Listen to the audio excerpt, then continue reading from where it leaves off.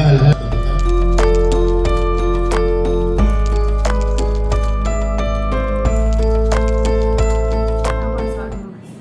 nyawa nggak hanya satu dua, dan itu sangat-sangat, kalau menurut saya itu sudah perencanaan gitu loh mas.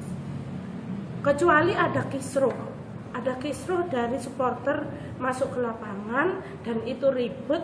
Kenapa yang ditembak itu bukan yang di lapangan itu? Kenapa kok yang di tribun ini loh yang saya bikin sakit hati? Itu saya menuntut di situ. Model B saya mintanya lebih dari yang model A. Kalau model A itu menurut saya sudah manipulasi mas, sudah banyak kebohongan di situ. Itu polisi mengadili polisi kayak jeruk makan jeruk, itu menurut saya nggak akan bisa adil mas. Saya pengen menyuarakan yang benar-benar dari hati nurani wali korban itu loh. Saya berjuang, anak saya mulai kecil saya didik sendiri pak.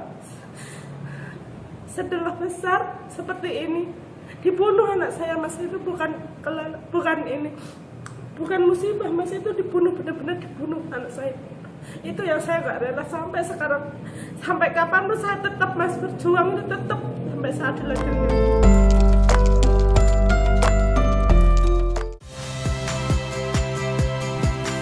Saya Tifa Solesa. Saksikan program-program Kompas TV melalui siaran digital, pay TV, dan media streaming lainnya. Kompas TV, independen, terpercaya.